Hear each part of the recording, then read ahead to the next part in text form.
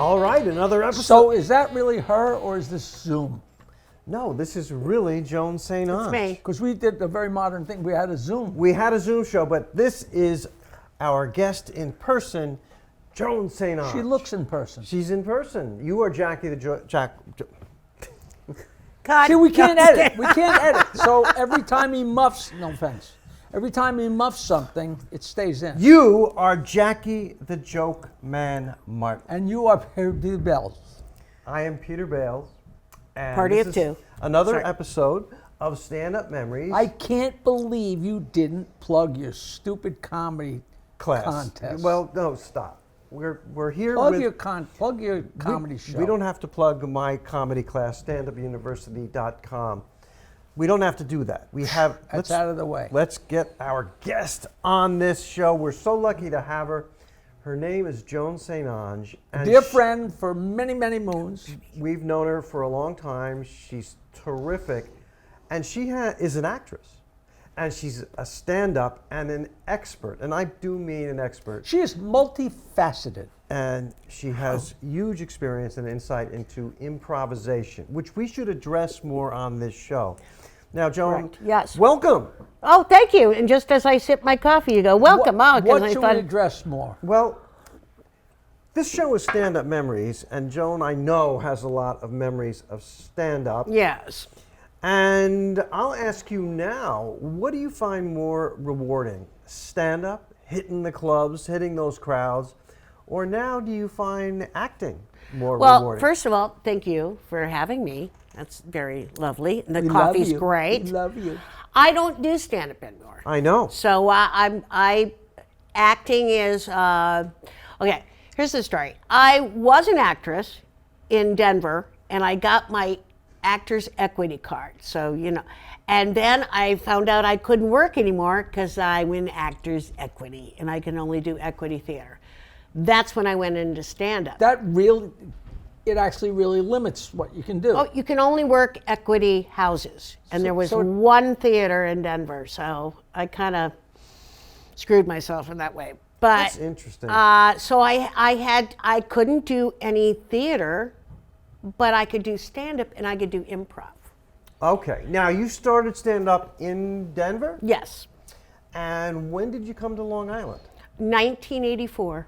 All right. And All right. Were you chasing comedy? Were you chasing a guy? Were you chasing... Here's why I came. Because I was here on vacation and I got a part in a movie. You did? Yes. And moved to Long Island. And that movie was Ryder P.I. Now, how did you... I couldn't even get Let me in that explain movie. to the audience what's going on here. Ryder P.I. was a movie by a local Long Island producer named Carl Hosch. Carl Hosch. Carl Hosch. And It is all Hosch. I'm telling you, it was Carl Hosch and the other guy Chuck Walker. who was a mentalist, I heard. Yes. Oh. Now, Back then, Oh, he was a my. mental case. this movie was fun. I was not in it. I was probably the only one not in it. Were you in it? I was not in it till the very, very, very I last, was because like- I was ready to kill somebody, so they made me the voice of the machine that's on the refrigerator, so that when the fat girl goes to the refrigerator and opens it up to get food, I insult her. And I'm Well, not even sure I ever saw it. I played a transvestite who Dave Hawthorne hits on and then punches me in the mouth when he fights me. So did you come to town and I was join here the- in the summertime. and you did the improv? And I didn't do the improv. I just auditioned for this movie because I was dating at the time Jack Simmons. God bless his soul. Jack Simmons, Did he die? a terrific Yeah, he died. comedian. He terrific died last year. comedian who passed away Yes. recently, and he was really, really great. Now, Yeah. okay, so you're here on Long Island. You're doing this. The point is, it was a local ridiculous movie. It was a very stupid movie. But my friends in Denver didn't know that because I was just in New York. Yes, and doing a movie. I auditioned You know, and they that's asked the me. thing. If there's no subheading, I was in a movie. I did a movie. Nobody has to know anything else. Well, my relatives in South Dakota think I'm a Broadway actress. And I say, no, I'm a New York actress. And my cousin goes, doesn't matter. Actually, okay. the first movie I did in the 80s, the only way you could see it was in Times Square, and you had to have tokens. Now, Did the panel yes, come up the panel went and up down? and then Yes. it went down, depending on how many tokens you I had. am not ashamed to say I actually went to that place more than once, and Gee, I don't know why you'd be ashamed. Why not, you'd want to not even a admit that. little, not even a little Now, ashamed. Yes. Joan, you Now wait, became- now the Ryder P.I. I've told Ryder the story P.I. before, Okay. but I'm going to tell it again. Jim Myers was in that movie. Yes. And so was his 7. He was the bartender, and I was in that I don't scene. remember the movie well enough, but his 7-year-old son was in it. And he said, you know what? When am I going to be in a movie with my kid? I'm going to rent a limo. And meanwhile, it wasn't at a theater. It was like in a little multiplex yeah, 12 yeah. or I something. don't think I even He went goes to the by opening. limo with his kid, and he said to me, it was worth renting the limo because the movie was so bad. It was worth renting the limo so he had tinted windows on his way. So it was so bad, but I knew it because I've been an actress. I did a lot of commercials. I did a lot of film in Denver. And then they go, and I come in and I go, okay, where's the makeup? And they go, makeup. Wardrobe, you got to bring your own clothes. And I was like, what? We're filming I at love it. Charlie's house today. Yeah, true. I love it.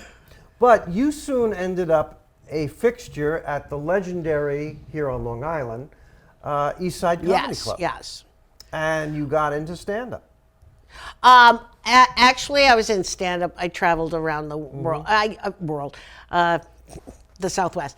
But I went, I did improv because I knew Dave and Bob through that Dave movie. Hawthorne, Bob Oh, Nelson, so that was your intro. Long into Island. it. And Rosie O'Donnell Rosie. just left. Rosie O'Donnell. And they needed a woman to fill in so they could bend over and for pretend to an fuck her. But Nancy, improv my group called future the, ex-wife, was in that group too. called the Laughter did Company. not see her in that group. Well, which Nancy? improv group was she in? Rosie was in the Laughter Nancy. Company. Oh, Nancy. She was She not was in some- Laughter Company. It wasn't Laughter No, it Company? wasn't the Laughter Company. She I'm was not in one of sure. those groups. I don't know. That could have been a story just for her to get out. Right. Maybe you should have her here. She's a great entertainer. Oh, anyway. She's great. Tell, a lot of comedians watch our podcast. Oh. And new comedians. And tell them why improvisation is important for stand-ups and how the two are close cousins. And it really Well, does make a difference. improvisation, and I did, even though I was an actor, I did comedy improvisation, and I really wanted to emphasize that because I wasn't like, let's get into the I want Yeah. the punchlines. I want those Right, I punchlines. understand. So that's what I kind of grew up on, and when I came to New York and Long Island, and working with those guys were great, but they were all sketches at that Right. time. Right. They were all sketches. So, So I they was, didn't have their eye on they didn't the have punchline.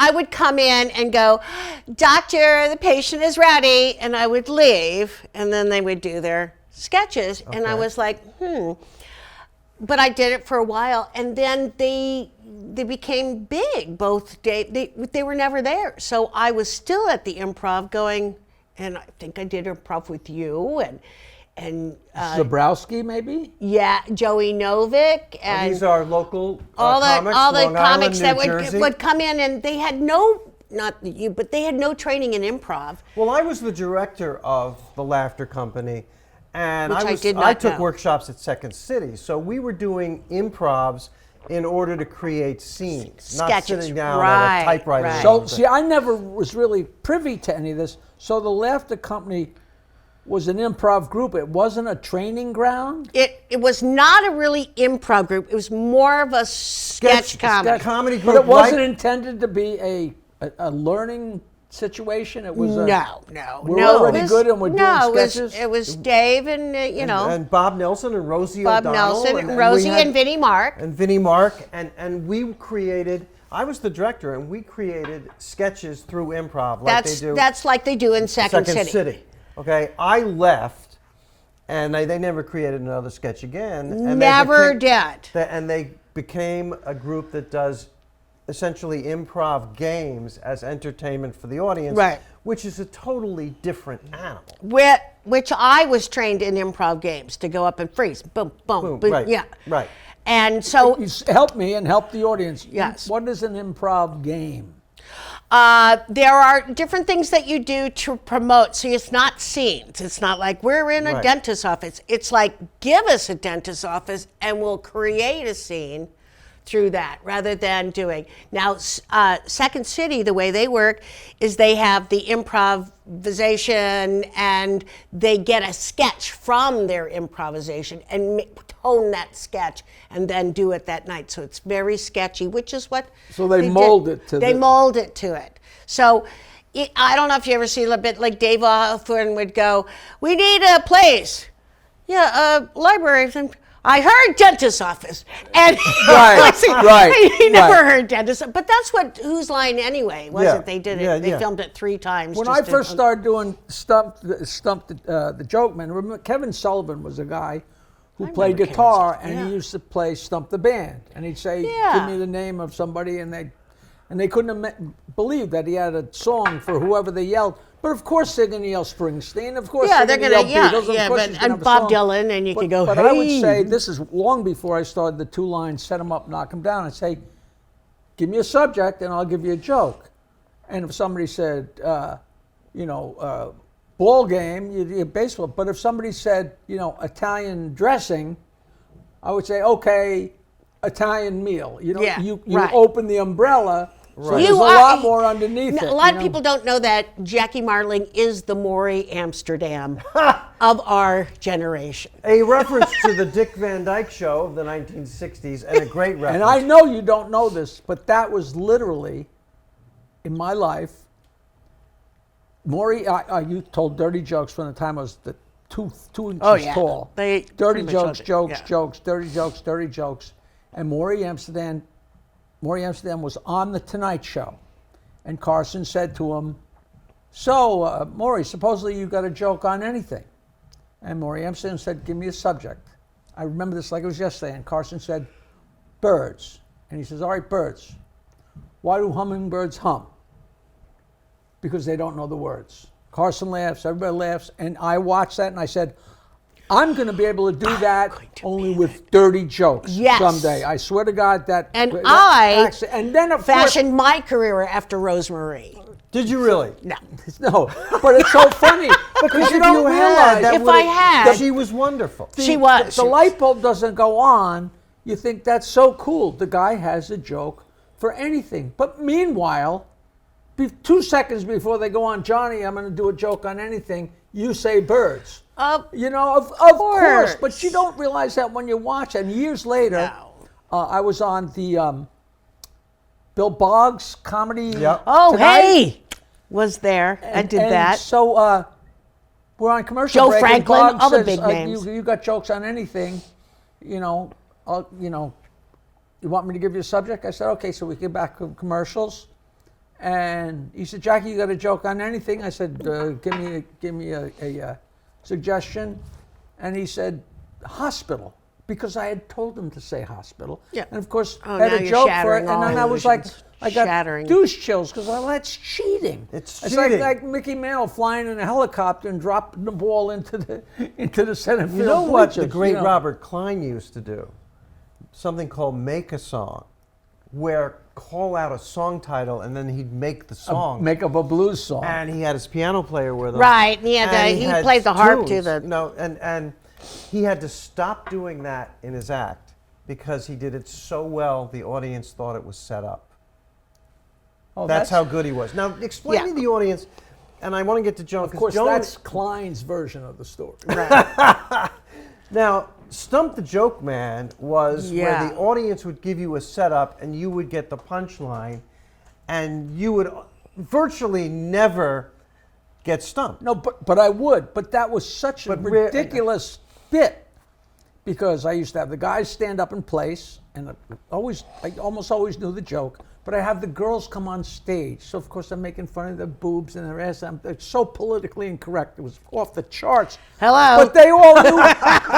They all knew when they came on stage what was going to happen. Right. There wasn't any surprises. What was so great was every time I answered right, the crowd went nuts. But when I got stumped by somebody, they went twice as crazy. So it was a no lose. But you hardly ever got stumped. This is why we look at car accidents. It's the reason we, You know, we can't turn away. Oh, Joe, it's I was bad. on but stage at Rascals, and a girl asked me a Jewish joke. And it was such a simple setup, I could not believe that it wasn't in my brain. And this is the Rascals Comedy Hour. I used to tape Stump the Joke Man after Yeah. Rascals Comedy Hour. Okay. And the girl says, why do they bury Jewish guys standing up? And I didn't know. And I said, okay, you win. I don't know. And she said, to keep the change from falling out of their pockets. And I said, That's listen so to this, wrong. listen to this. I said to the girl, I can't believe that is so funny and so silly and so, I can't believe I didn't know that. Exactly. And she said, I can't believe it either, because I stumped you with that same joke 2 years ago on the same stage. So there goes the whole Jackie knows every joke thing. Jackie She doesn't- stumped me with the same joke twice. Jackie doesn't pay attention.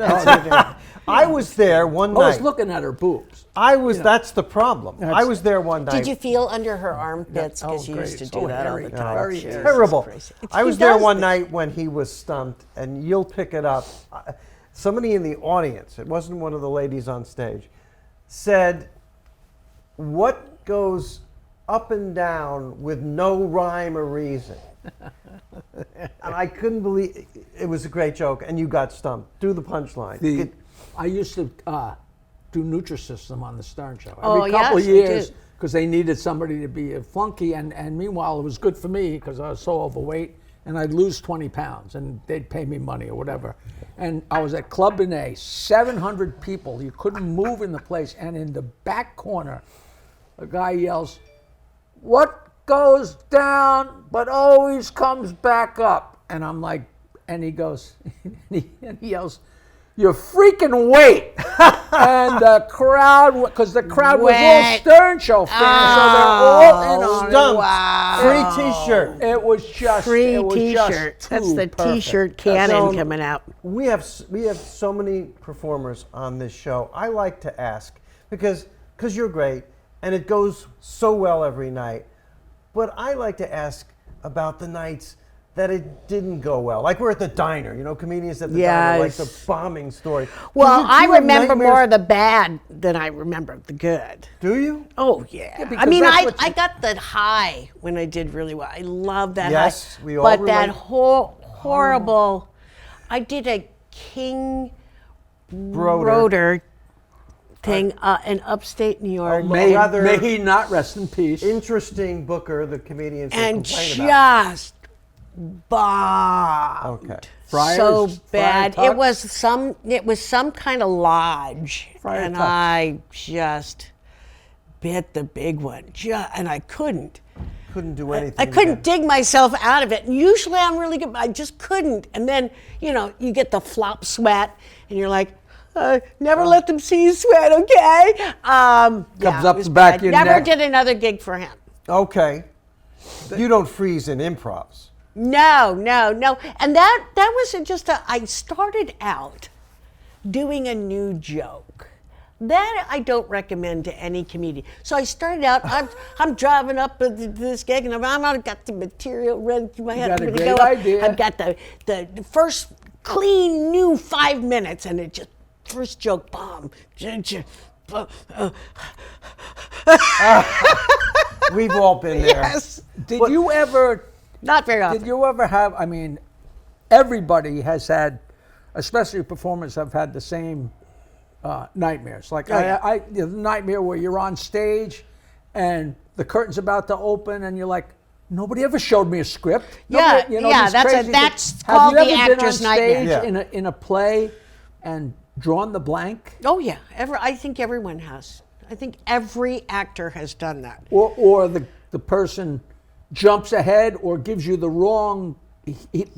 The trouble with being on stage with another person is when they get it wrong, you're the one that looks like the idiot because they're not passing you the right ball. Well, yes. I've had actors who completely blow it and turn to me and go, What do you have to say for yourself? Okay,